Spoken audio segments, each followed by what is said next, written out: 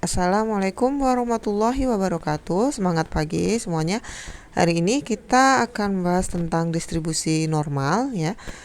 Kalau di video sebelumnya kita sudah membahas tentang variabel random discrete spesial, ada Bernoulli, binomial, kemudian hipergeometrik dan Poisson. Nah, distribusi normal ini adalah salah satu distribusi variabel random kontinu yang spesial ya. Nah, kenapa distribusi normal ini penting dalam statistika? Kita lihat dulu ya.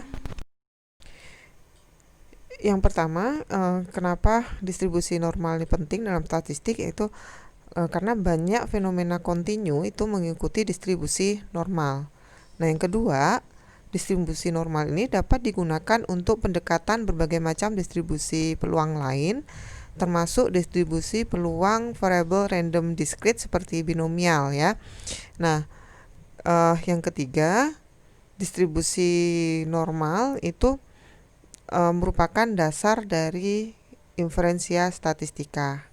Oke, kita lanjutkan. Nah, model matematis dari distribusi normal adalah seperti ini ya.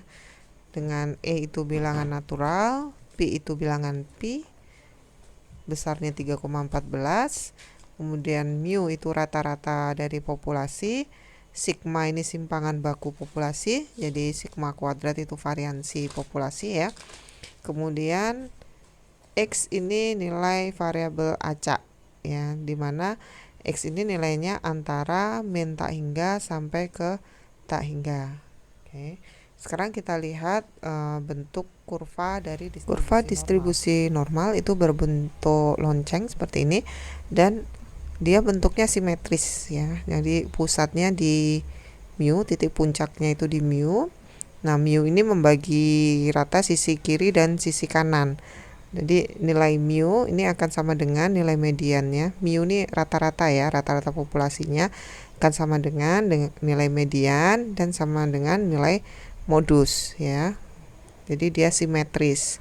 Nah, luasan daerah di bawah kurva distribusi normal untuk X dari min tak hingga sampai tak hingga itu akan sama dengan 1 ya, karena dia kan merupakan distribusi peluang, sehingga integral dari min tak hingga sampai tak hingga fx itu akan sama dengan 1. Ingat kembali bahwa syarat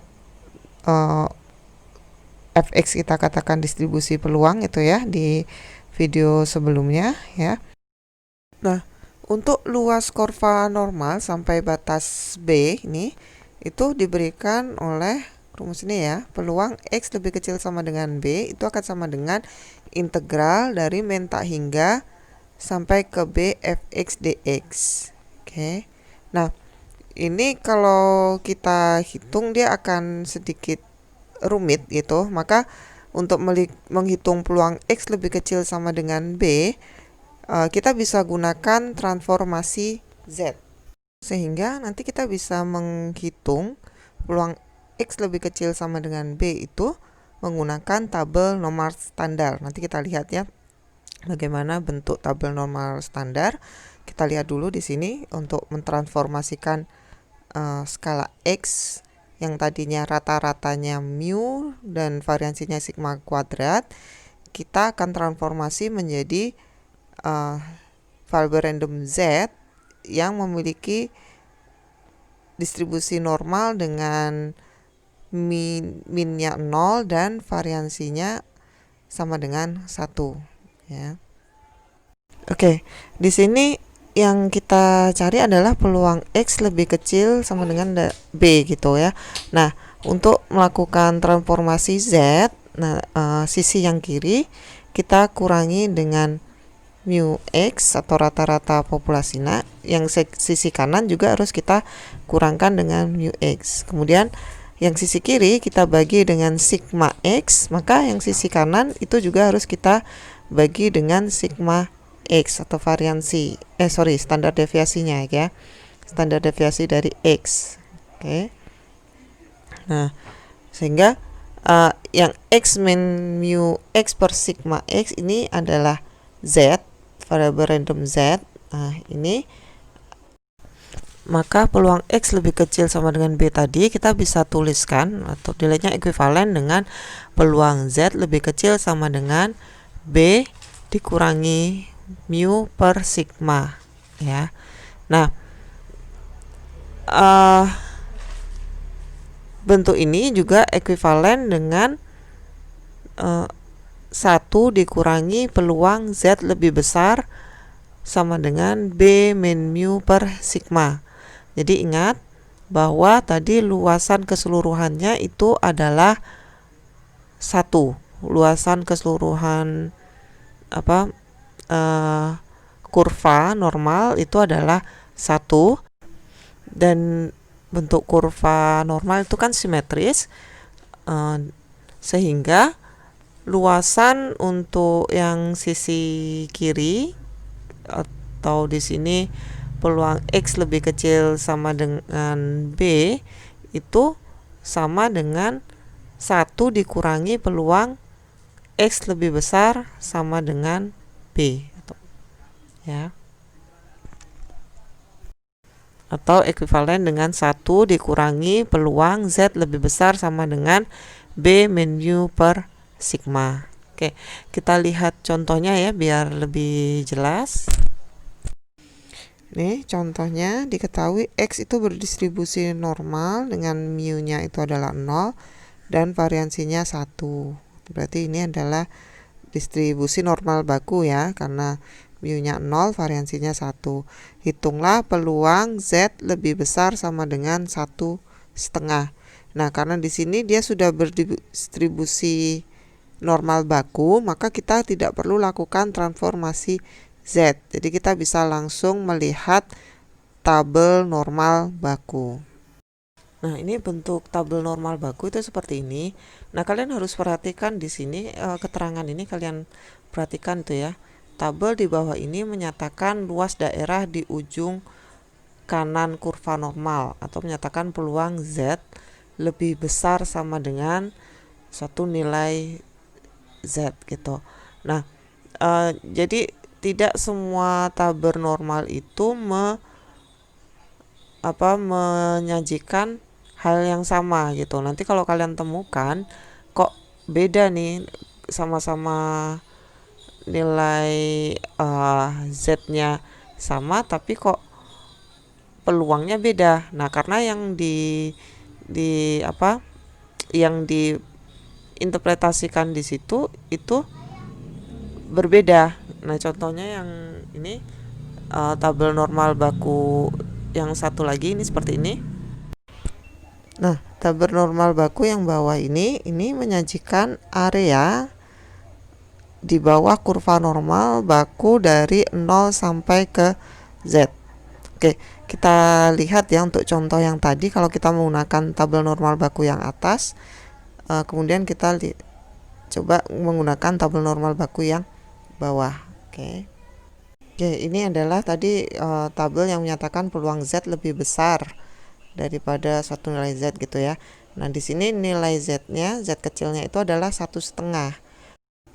Nah, 1,5 atau 1,5 itu kan ekuivalen dengan 1,50. Oke, di sini saya tarik di Z-nya ini adalah 1,5, kemudian yang ke bawah ini 1,5, yang samping kanan itu 0. Oke, sehingga saya dapatkan peluang X lebih besar 1,5 itu adalah 0,0668. Oke, sekarang kita coba menggunakan tabel normal yang satunya tadi ya. Nah, dari tabel yang ini saya ambil garisnya sama, yaitu 1,5 ya. Nah, di sini nilainya berbeda dari sebelumnya, yaitu kita dapat 0,4332. Tapi ini nilai ini adalah nilai peluang 0 lebih kecil Z lebih kecil 1,5. Oke. Nah, padahal yang kita cari adalah peluang Z lebih besar 1,5. Maka untuk dapatkan nilai peluang Z lebih besar 1,5 itu tadi setengah kurva itu kan nilainya setengah ya, karena satu kurva itu nilainya 1 dan dia simetris, maka dari 0 ke kanan itu nilai kurvanya adalah setengah. Sehingga untuk menghitung peluang Z lebih besar 1,5 itu akan sama dengan 0,5 dikurangi dengan peluang dari 0 lebih kecil Z lebih kecil 1,5. Jadi kita dapat 0,5 dikurangi dengan ini tadi 0,4332 ya. Ini sama dengan 0,0668 ya. Jadi kalian lihat di sini sama hasilnya ya, baik kalian menggunakan tabel yang sebelumnya tadi yang menyajikan peluang Z lebih besar satu nilai Z, ataukah peluang 0 lebih kecil Z lebih kecil suatu nilai Z gitu ya, peluang antara 0 sampai ke Z ya. Jadi sama saja, tapi kalian harus hati-hati menggunakannya gitu. Jadi harus tahu benar ini peluang ini menyajikan apa, yang kita cari itu peluang apa. Oke. Nah, itu dulu untuk video kali ini, materi kali ini. Nanti di next video kita akan melihat contoh untuk penggunaan transformasi Z. Oke. Tetap semangat, see you. Assalamualaikum warahmatullahi wabarakatuh.